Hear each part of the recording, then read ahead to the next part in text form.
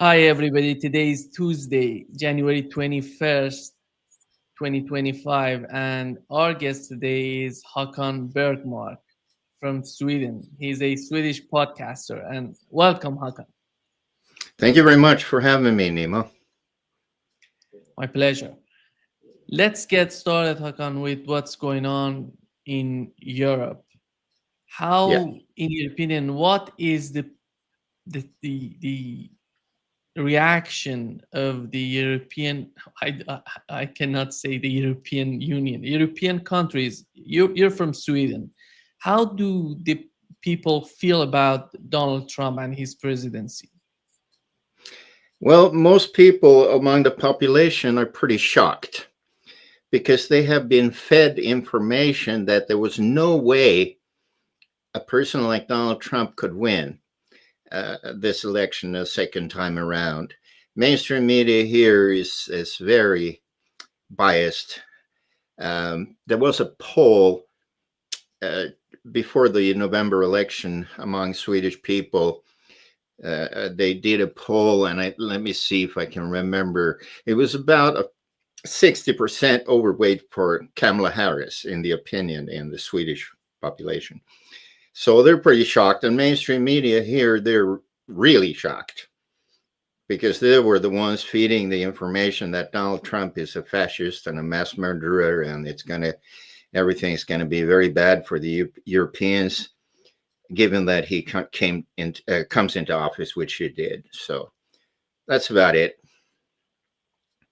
Do they really want to be more? When you talk about Europe and European countries, do you really think that they want some sort of independence from the United States, or they see themselves as being I don't know if we can call them partners, but the as a tool for the United States to fight against Russia and China? Obviously, they do feel that they act like the little brother to the United States when it comes to the European Commission and the Parliament. Um, of course, there was a worry about Trump's promise that he actually did is to stop taxing the American workers and people. Instead, he wants, and he's going to do it, look at tariffs from imported goods into the United States. And that's been worrying. But I think that this might be a wake up call for many of the bureaucrats in Brussels, in the European Commission, most of all, uh, to what's changing. And I think it's going to spread somehow a little bit this. I mean, look at what Trump did his first day. He made a lot of decisions. He signed a lot of executive orders, and most of them, of course, is around the United States itself. But it has something to do with the global market and things like that. We'll see. I mean, right now they're all in Davos in Switzerland, visiting Klaus Schwab's meeting, the World Economic Forum. The Swedish Prime Minister Ulf Kristersson actually sent a congratulation note via X to the inauguration ceremony in Washington last night, Swedish time. So we'll see if it means anything by that. Sweden's largest electronic manufacturers and telecom company, Ericsson, gave $500 million to President Trump's inauguration. Of course, Ericsson is a global company, and they have a lot of manufacturing. They have a lot of business dealings in the United States. So I guess they wanted to say, hey, look at here, we give you $500 million. Don't do anything to our business, being dependent on the United States as a company. So there'll be a lot of consequences. Yeah, it's so amazing to see how is the situation in Sweden and Finland? Because we know these two countries recently joined NATO. Do they, when you look at this, the people in Sweden, and based on what you're what you see within the society, do you think that they really felt that would be a danger from Russia? That's why they have joined NATO. It is something beyond that. It's a force coming from the United States to capture, to bring Sweden into NATO. Many Hmm. people, when we talk about Finland and Sweden, these two countries which are close to Russia, closer to the Russian borders, and a lot of relationship and traditions, and we we saw that these people don't want any sort of conflict. We've seen during years and years that they don't want any sort of conflict with Russia. But right now, being part of NATO, it brings conflict to the countries, to Finland, to Sweden. And maybe NATO wants to put their missiles in Sweden or Finland. How Hmm. do you feel about that? Do you think that was necessary being part of NATO? What was the necessity of being part of NATO? Do you really feel that Russia going to march toward Sweden, Finland, as in right now in Germany, they're talking about they want to, by 2028, they want to march toward Germany. It's so important to know how do the people feel there. Hmm. Well, personally, if it was going to be a necessity to join NATO, we should have done it in the 40s or the 50s or the 60s, when the Cold War was a little bit more uncertain, and it was the Soviet Union. Since about 1990, it's totally ridiculous for Sweden, particularly, to give up 200 years of military non-alliance and complete neutrality, even if we bended for Nazi Germany during World War II, but that was necessary to keep Sweden out of the conflict. And our neighbors to the west, Norway, was invaded by Germany, and also Denmark to our south. Finland, of course, experienced war in their country during World War II, so they have fresh memories of being invaded by two, by Germany and by the Soviet Union. But since then, it's always been we have our own quite formidable defenses, as it was, although it's been neglected during the 90s, both in Finland and Sweden. To join NATO actually put us all of a sudden at risk. But worse than that, Nima, is that our defense minister went to Washington and offered what he called a defense uh, security agreement, DCA, which states that we are letting up 17 of our Swedish military bases to American troops with no restriction on nuclear weapons on Swedish soil, nor the American soldiers that are already placed here, they are not under Swedish law.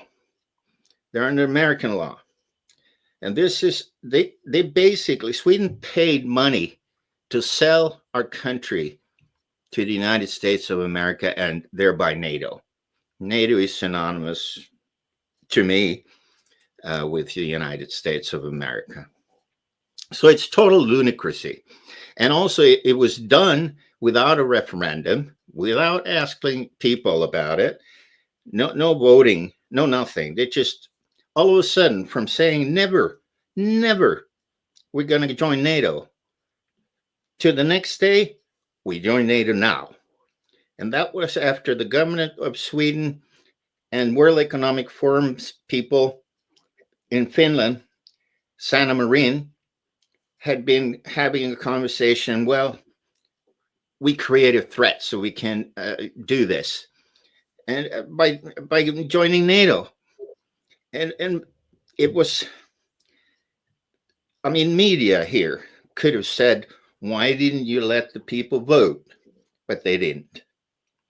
We have a monopoly situation on the media in Finland and in Sweden, or oligarchy, whatever. There's two major news channels and the state channels, two major private and one state owned. So to me, I'm a naval officer. So I'm retired from that. But during the 70s and the early 80s, we actually had some incidents, international incidents in the Baltic Sea, which, you know, is our common sea here, with the Russian submarine, for example, coming up on the rocks in a secret military area of southern Sweden. We had a bunch of other incidents that I have knowledge about that the public never knew, how NATO and Soviet Union were patrolling with submarines and the other naval forces in the Baltic Sea.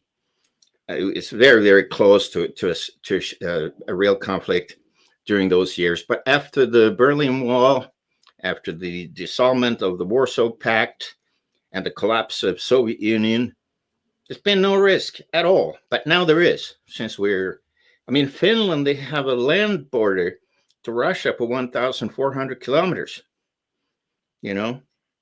So it's total ludicrousy. Since you've mentioned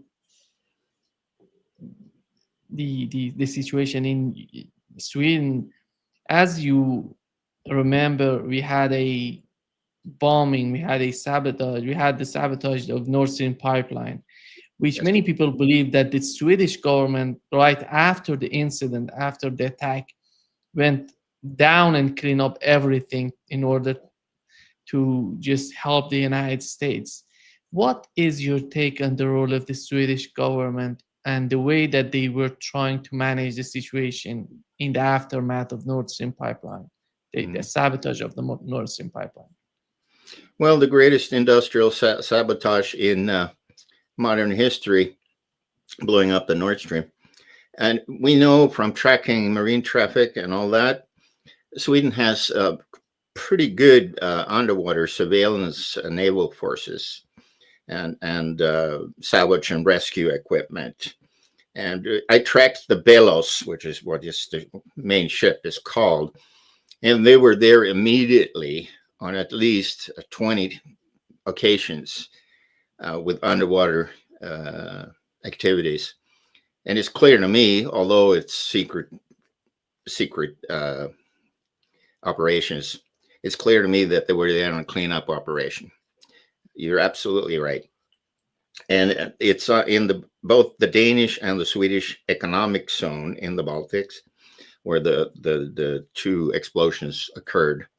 But there's one pipeline still intact, but it's not open because Germany didn't want to do it. And it's incredible also how the German government treated this, because they're the ones that were going to benefit from this pipeline. And Olaf Scholz, when Biden's in the White House stated that they would destroy the pipeline, he stood in the same room and smiled. Now look at what's going on in Germany. They have a total energy crisis coming up. Now, so far, the winter hasn't been that cold in the north part of Europe, but winter is not over. We have January now. We're coming up with the coldest month in Northern Europe is February. And it could snow all the way into May in these areas of Europe. So Germany is really in trouble. Sweden had nothing to lose, really, other than being very, very conformative with the will of the United States to cover it up. But anybody that's got a mind knows it was United States that did this with the help of Norwegians, because same week as this pipeline blew up, the Nord Stream, Norway and Conoco, the oil company, completed the pipeline from the Norwegian gas fields to the same place in northern Germany. How come?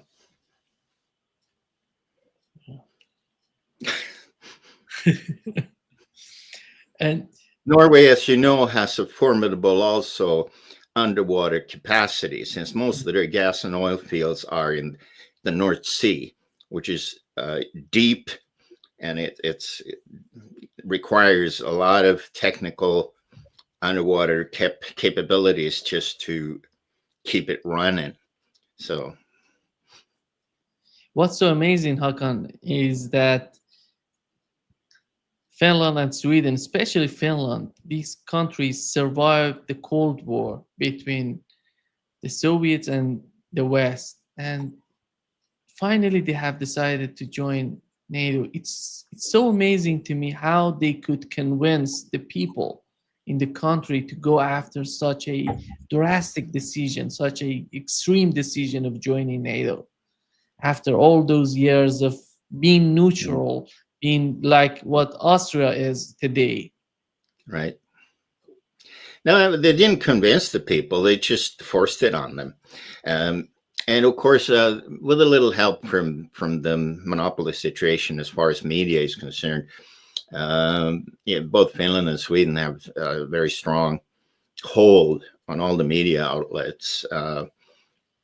It's basically like this, you know, the Associated Press, right? And they get all their news information from them, which is you know, propaganda, and they just publish that, and real journalism has gone.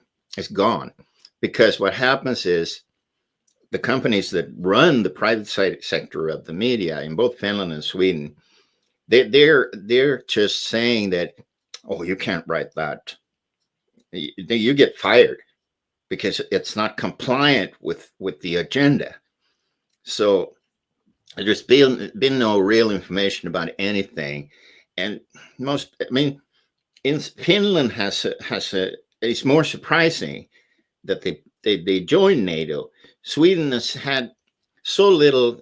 It's so long ago. We're in some kind of a military conflict. I mean, it's 200 years since last time. So, you know, even the grandparents don't know anything about it. You know, no knowledge has been passed down by the generations. But in Finland, it was prevalent until about 1947, 48, 49. But at Finland, Norway, and Denmark joined NATO immediately after World War II, and I can understand why, because they had been occupied by Hitler. So that's understandable. But we were never occupied. Finland fought a war, a short one, with both the Soviets and the Germans, but never occupied.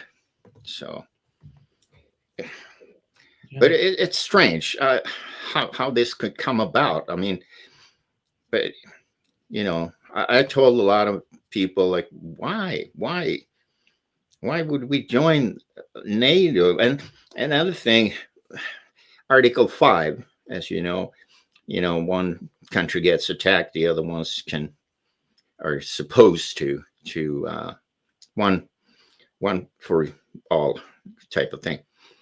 But NATO doesn't have an army. NATO doesn't have an air force.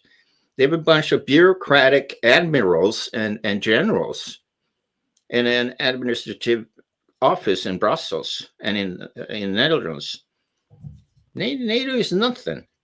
It depends on the member states' capacities and willing to go and send our troops to another country to fight for NATO.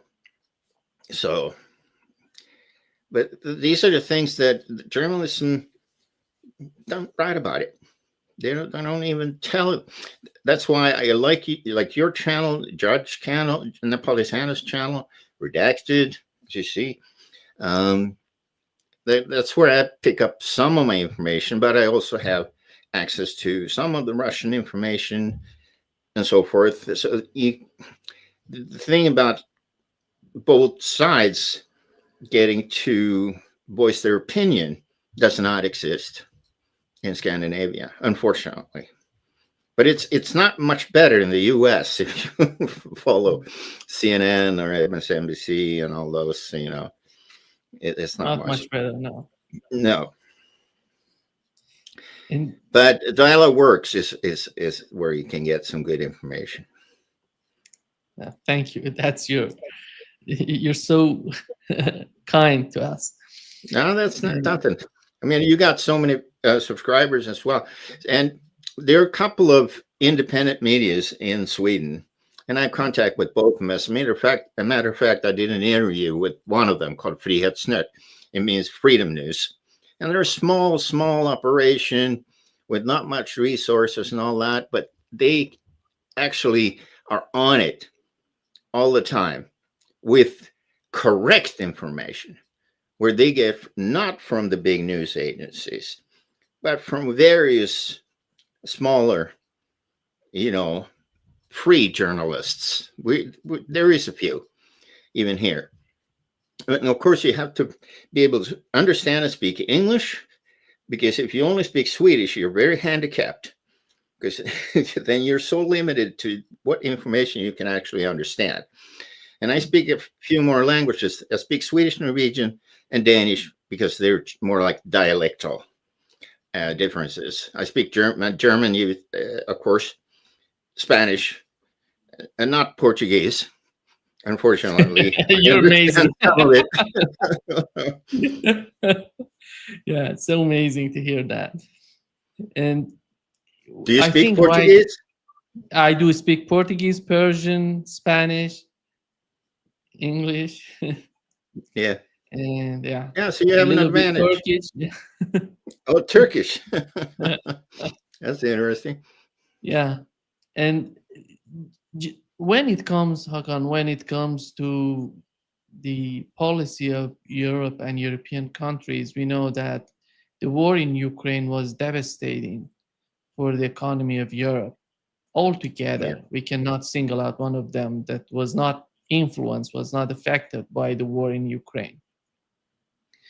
And the war with Russia, and right now with Donald Trump in office in Washington, there may be some sort of conflicts between the United States and China. Here comes the question in the mind of Europeans: what do they want to be in the future? Are they going to be do they really want to be a powerhouse, to be independent, to make their decisions based on their benefit and what would benefit them in near future, in a long run, which is so much important for all of the countries in Europe that are hugely dealing with economic problems right now. Here, how do you see the the way that the people, at least in Sweden, see the European Union? Well, the European Union, first of all, it's a hopeless situation for them. I mean, it was a good idea from the start mainly it started with the trade union between France and Germany in the 60s, as far as steel and coal. It was called the Steel and Coal Union. That's a good idea. Trade agreements. But then all of a sudden it has evolved to a bureaucratic, enormous apparatus with over 20 countries with totally different languages, totally different culture, totally different political interests. So you can't really know. I mean, we have examples of Hungary, Slovakia, Serbia, and other member states that hasn't benefited from the membership at all. Sweden has not benefited in one single issue by we joined in 95, the European Union. And since then, we haven't had anything come out of that actually was good for the Swedish economy or Swedish people. Our representation in the European Parliament is like 19 out of 700 seats. I think it's 19 or even less. And the other thing, EU is only 6% of the global population. And being the big engine, the industrial engine, Germany is collapsing. Their car industry, they have no energy. I mean, they closed their nuclear power plants, all of them. Sweden only closed 6 out of 12. So we are still in good shape. So with the energy problem. And the problem is that EU has a very, very hard time to unify in issues. If you just look at it as the European Union as a trading bloc, I think the idea and the will is that we're going to keep good relations trading wise with China, as well as the United States and all the other trading partners. But they have a hard time achieving it because there's no unity. It's all different. And the other thing, it's unfortunately enough, the EU ruled by 60,000 bureaucrats. And bureaucracy historically kills economics. It kills trade. And there's another problem. There's corruption in the European Parliament. There's thousands of lobby organizations that actually tell these people what to say and what to do. I mean, they're in Davos, all of them right now, listening to the World Economic Forum, together with BlackRock, all the bankers. The largest companies in Sweden have 5 representatives in Switzerland right now, each. Ericsson, Volvo Cars, the larger companies like SKF, Atlas Copco, Skanska, the biggest actors. And they're not listening to the parliament. They're not listening to the Swedish parliament. They're listening to the bankers. You know, it's a disaster. The European Union is a disaster. It needs to be dissolved to make it function. We can, I mean, just get rid of the European Commission and the European Council. Keep a small parliament with a couple of representatives from each country, proportional to their population or what have you. And then they don't allow nationalism. You see that with Viktor Orban. I mean, he got penalized because he didn't want to agree on the migration thing. And the other, maybe the most important problem with the European Union is something they call the Digital Services Act, which is allowing any government members or member state to censor anything. Whilst Donald Trump just told him, I mean, one of the executive orders said, no censorship whatsoever. Let it go. In Europe, they're going the other way. They're creating all these rules for censorship. And like I said, and giving more and more power to the bureaucrats. The parliament is just a sad circus of bought people that stand up and argue a little bit. The decisions are made by the European Council and the unelected Ursula von der Leyen and her associates. That's where the decisions are made, behind closed doors. So it's a democratic problem, and that will spill over to the ability of the European Union as a body to make sensible decisions. So I don't see a future. I'm hoping personally to see the whole European Union as it is right now dissolve. Do you see Donald Trump as a opportunity for the people who are tired of the European Union, or he's a threat? He can put pressure on the European Union, I think, and I would hope he does it in a good way. I mean, the one thing that they're talking about right now from the European side is his will to stop taxing the American people and start the income coming instead of from tariffs. And they're going, oh, but I think that's good. And the European Union is doing the same thing. I mean, look at Volkswagen closing some of their factories. All the European car manufacturers are in deep trouble. Most of all, from thinking that electrified, the new Green Deal. Everybody, they had actually decided that no combustion car engines after 2030.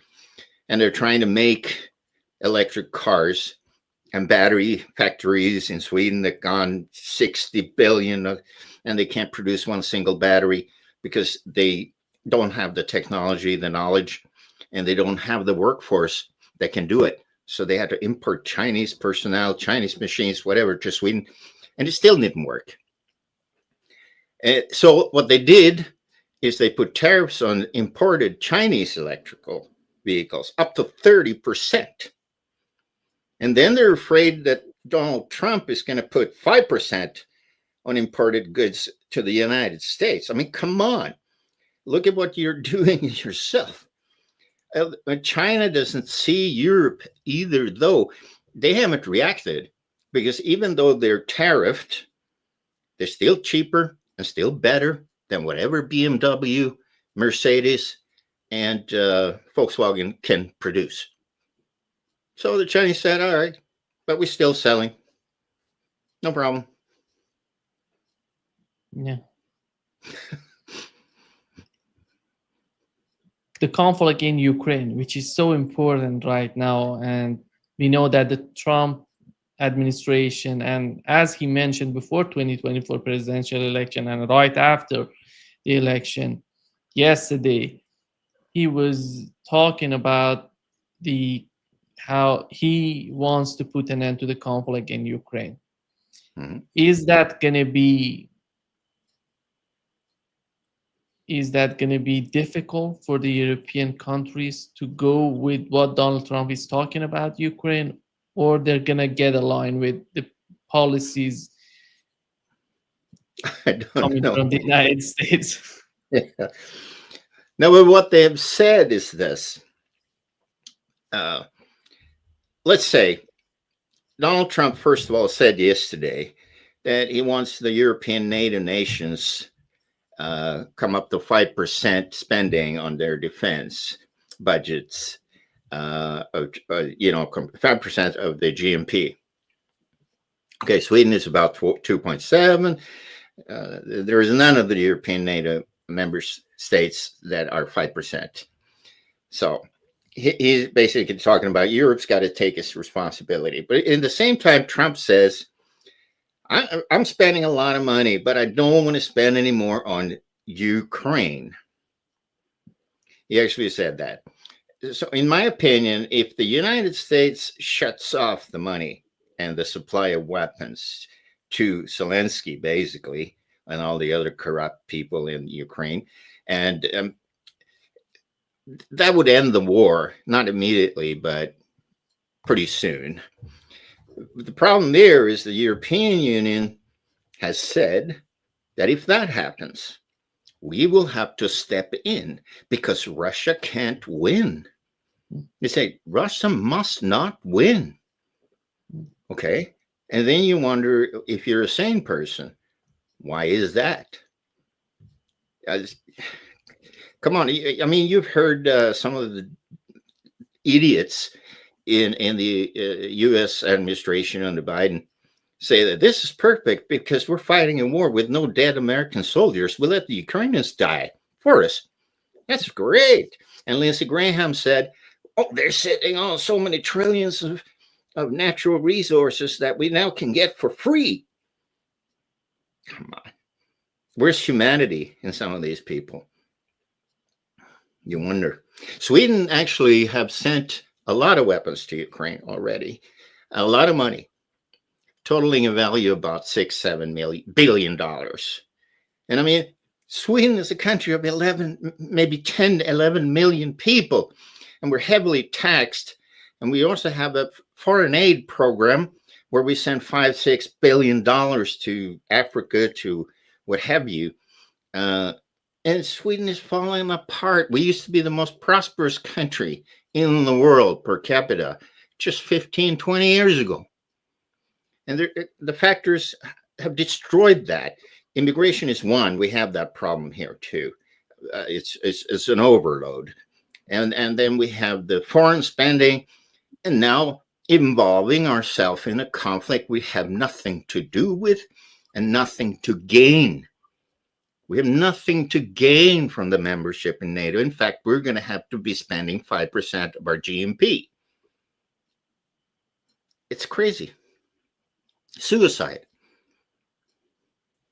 Yeah, because the military-industrial complex in the United States wants to sell more weapons to Sweden and Finland. Because they are new members, they have to integrate into the system of NATO the same sort of weapons, the same sort of strategy, I don't know, the same sort of training on the part of NATO. And here comes the cost for these two countries, which would be great in a long run, in my opinion. Yeah. And look at Germany or France. I mean, same thing. Yeah. It's costing so much money, and of course, who's got everything to win is the defense industry, mainly in the United States, but even in Sweden, because Ericsson, for example, the company that I mentioned, they're big suppliers of electronics to Raytheon, for example, to General Dynamics. And Sweden, of course, has its own military industry with Saab. And we manufacture our own submarines, our own fighter jets, and things like that. And they're like getting order after order after order. And some of them, the Swedish-based companies, are nowadays owned by BAE, British Aerospace and Engineering.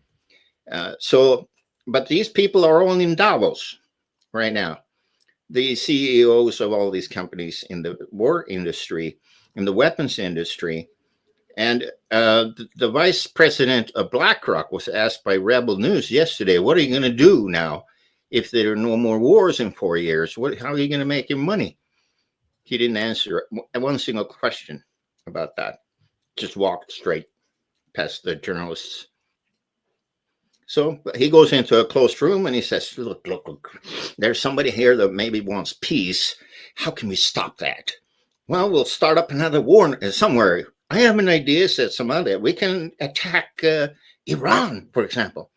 Yeah, that would make us a lot of money. It's cynical how the world works. You talk about immigration. I think it's a huge concern in Europe and even in the United States. Donald Trump was talking about it. Yep. But the main reason of this sort of immigration is what is happening in the countries like Ukraine, in Syria, in the Middle East. These are all endless wars that made these people leaving their countries and going to Europe, going to many countries.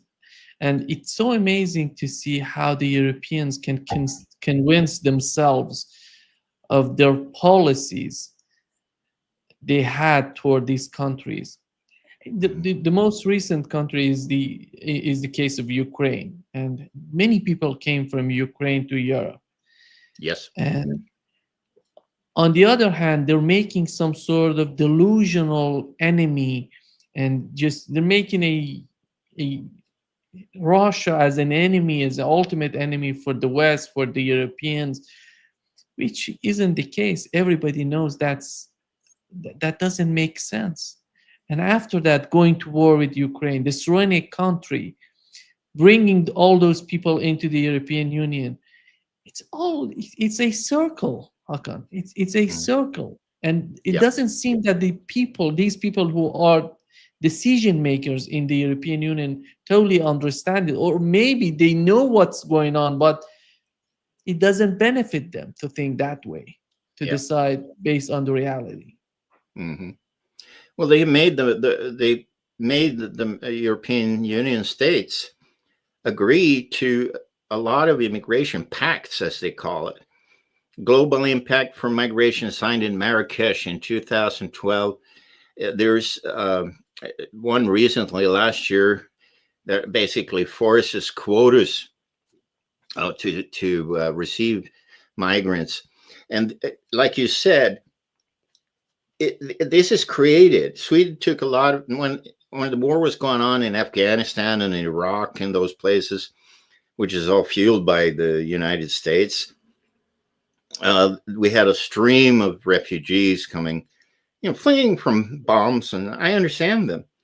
And they wanted to seek refuge in Europe, and it was all.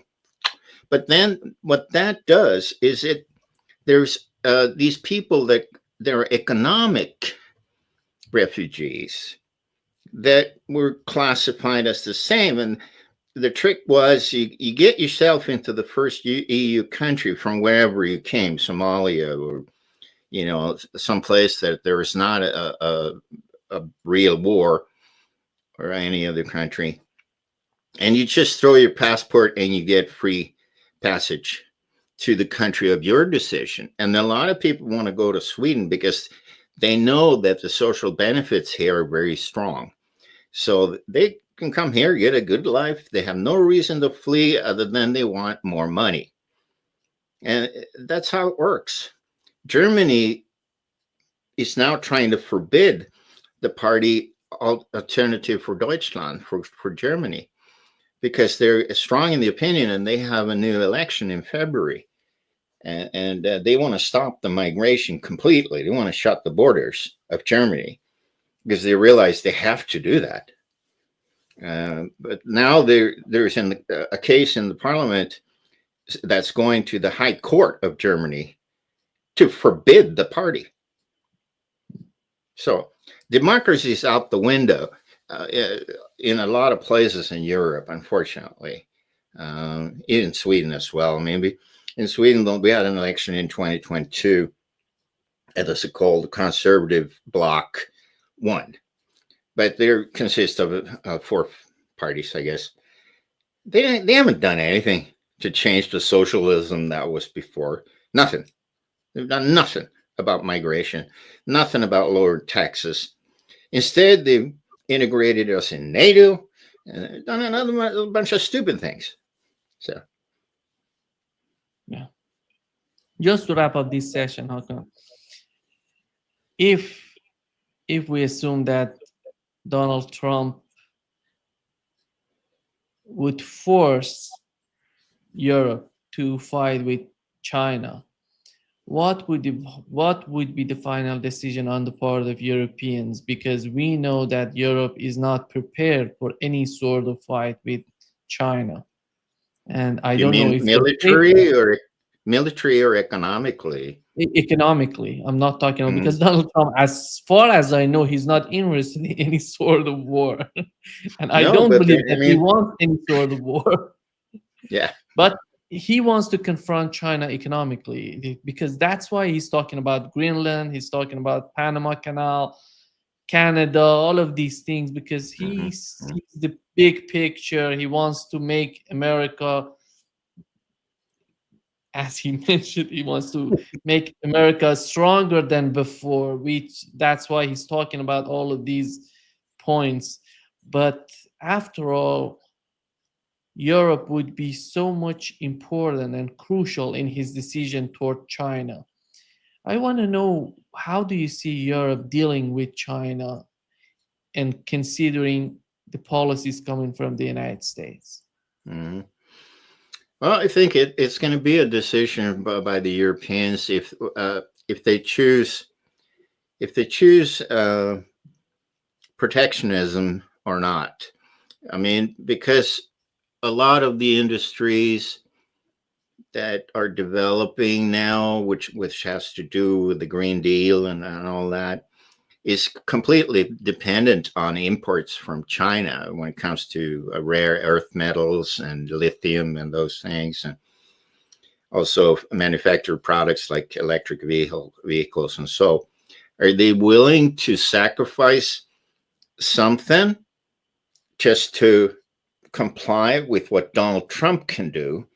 Donald Trump sits in a totally different position than the Europeans do. They're not as dependent on China as Europe, I would say, not being an economic expert or anything like that.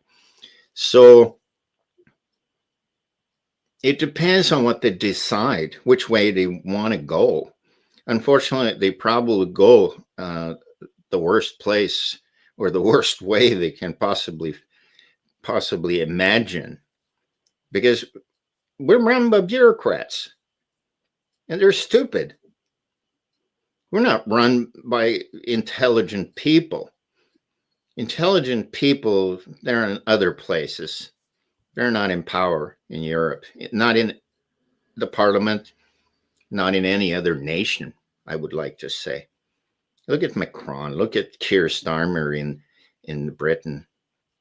These are clowns. Olaf Scholz in Germany is a total clown. Poland has this Donald Tusk guy who's insane, basically. So whatever way they choose, it's just going to be the stupid one, whichever comes first. I don't know. Do you think it's a very hard question to answer, Nima, because there are so many factors involved. What could happen if the Europeans start taxing Chinese products? Nobody knows the consequences, because European manufacturing, which is still alive somehow, is so much more expensive than just buying it from India or China or from any other BRICS nation. So are the consumers willing to pay double at the grocery store? Question mark. What kind of gas prices can the consumers withstand for getting around in their cars or in the airplanes or whatever? There's a balance to be found somewhere, I guess. Do you think that the rise of AfD or AfD alternative for Germany would be a threat to NATO? And do they really want to get out of NATO? Because some people They haven't said that. What's her name? The leader there. They've indicated that they want to leave the EU. So far, nothing what I've heard from AfD says anything about NATO. But I could imagine they are nationalists, conservative nationalists. That would make it sort of against their ideology to be in NATO, to be in the European Union. So they haven't actually spoken, as far as I know, other than they've indicated that the EU is not good for Germany. So we'll see. Do you think that the European Union can survive if Germany leaves the European Union? Nope. I don't think. If Germany leaves, then there's going to be Hungary, there's going to be Slovakia, Czechia. It's going to collapse, not immediately, but it couldn't survive for many years if that happens. Because in my eyes, Germany is the foundation of the European Union. A structure without foundation doesn't make sense. Yeah, it's been for a long time the economic motor as well. They're paying the most money to the European Union, but now they're not that industrial force anymore because of their stupid decisions on mostly with the energy thing.